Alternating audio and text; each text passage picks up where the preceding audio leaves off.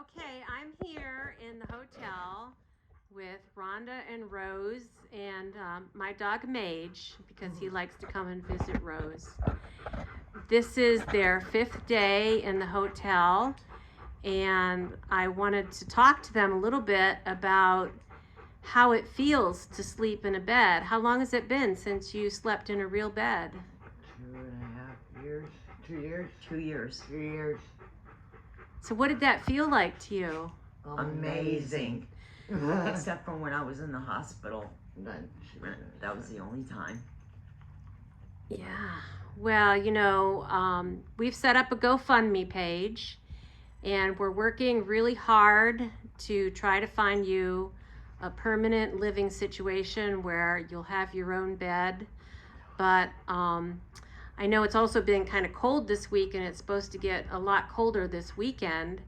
And normally you would be on the corner there of Somoran and Hall Branch Road asking for money, and you haven't had to do that this week because we've gotten so many donations. What's that been like for you? Incredible. What a break. It's been a blessing in disguise. Yeah. I can't thank everyone enough.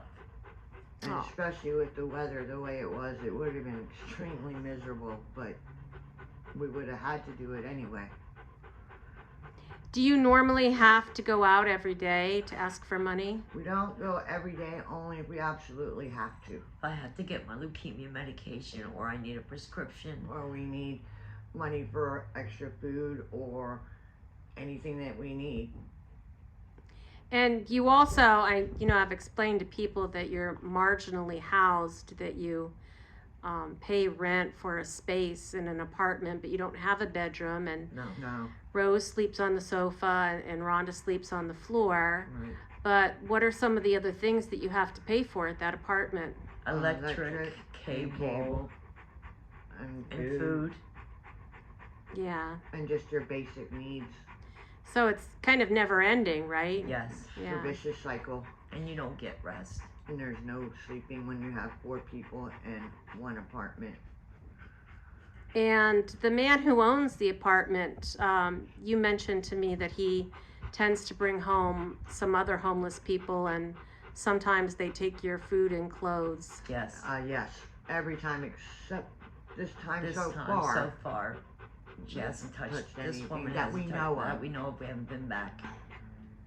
So we left all of your things in the apartment, yes. And we're still not sure what we're going to do after Tuesday, if you're going to go back to the apartment or we're going to try to find another place for you, or cross fingers that something will work out with Samaritan Resource Center.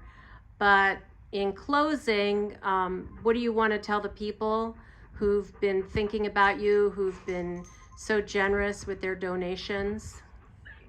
Thank you. I mean, I had no idea that there were so many people out there that would care enough to help us this much, and I don't think there's any way that we could thank you.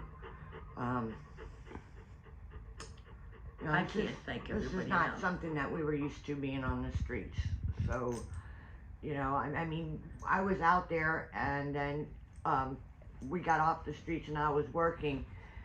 Cleaning houses, and then this happened to Rose, and unfortunately I was unable to continue working because I couldn't leave her, and that threw us back at that corner that I swore I would never be at again. Well, hopefully once we get you in a place, you'll be able to go back to making money, and that we will just put an end to this vicious cycle. Oh yes. Okay, thank you, girls. Thank you to everyone that's helped. Yes, thank you.